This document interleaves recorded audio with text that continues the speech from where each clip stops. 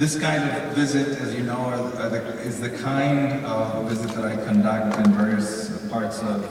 the world, that I have conducted in various parts of the world, and I've had the opportunity while I've been here to meet with some of you that I've been able to visit in your particular homelands and in your particular countries. My country visits are a core part of my work as special rapporteur. It allows me the opportunity to visit communities, hear directly from indigenous leaders and community members about their concerns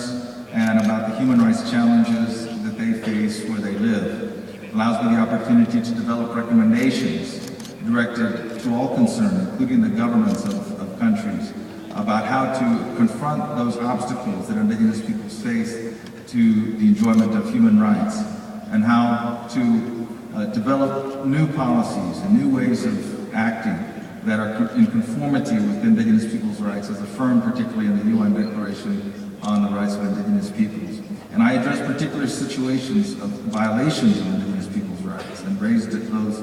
situations to the attention of the government concerned and try to promote action to remedy those violations. I also want to point out, now that I have the opportunity, that my examination of country situation is not limited to the context in which I conduct a formal visit to a country. It also involves my written communications with indigenous peoples and governments. And so on a daily basis, I'll receive information in writing from indigenous peoples, non-governmental organizations, others about the situations indigenous peoples face, about the particular human rights challenges they face. And if I am able to receive or acquire sufficient information about that situation, I will then communicate concern about that situation with the government concerned, and sometimes with a private company if a private company is involved, and sometimes with the United Nations agency if the United Nations agency is somehow involved or has some level of responsibility, or could, in a positive way,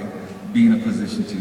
intervene. And so this forms part of an important part of my mandate. That is, to on an ongoing daily basis receive information from indigenous peoples, non-government organizations about human rights situations that indigenous peoples face and violations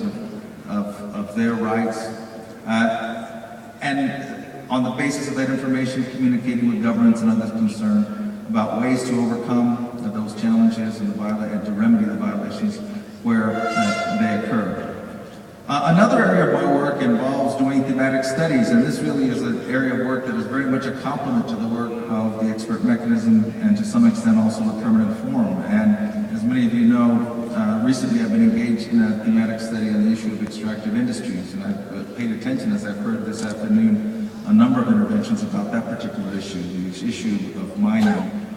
oil and gas development, and other kinds of extractive resource development activities on indigenous lands, and all the human rights problems that those kinds of activities face. I am actually now finishing my report to the Human Rights Council,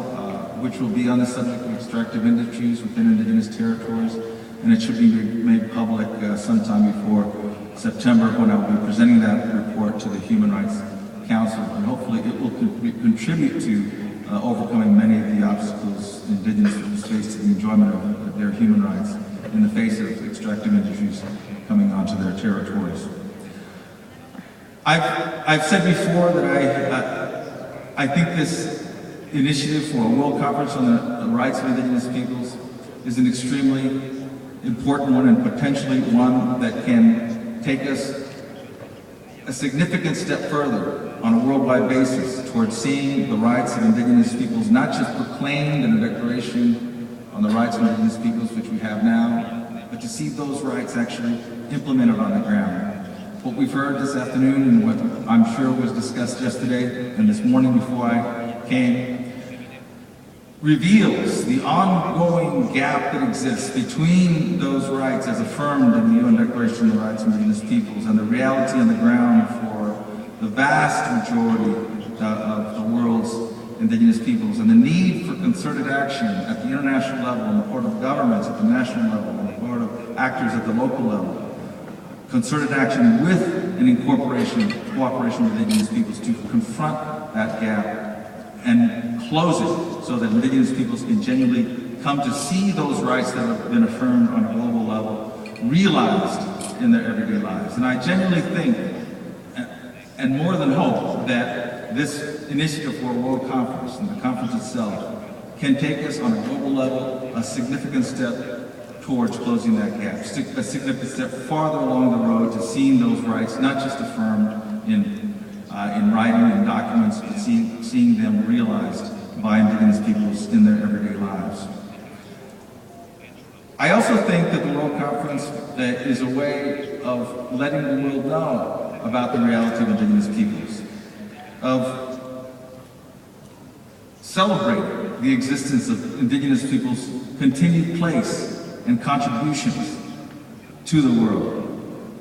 We see in an event like this a lot of celebration in addition to the hard work that goes on. That's always a very important and welcome feature of gatherings such as this. And I think that the World Conference can help provide a celebration that extends to the larger global community so that there is heightened awareness about not just the challenges Indigenous peoples face in the enjoyment of human rights, but the contributions that Indigenous peoples make to the richness of this planet. I'm very encouraged by this event in seeing the steps that have already been taken toward an outcome document that would eventually be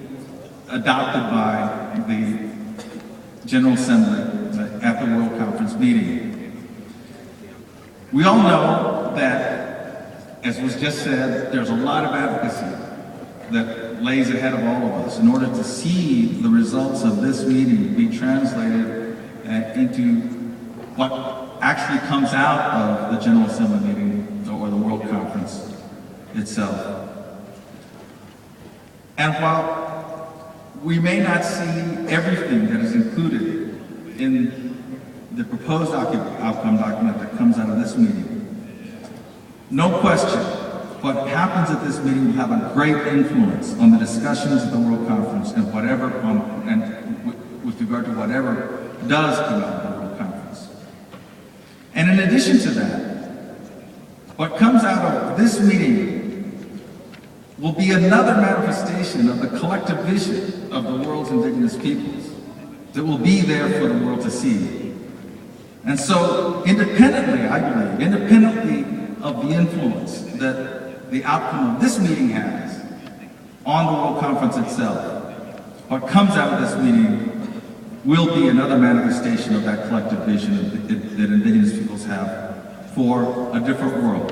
for a world of a better future, of a world in which Indigenous peoples' human rights are fully realized. Thank you very much.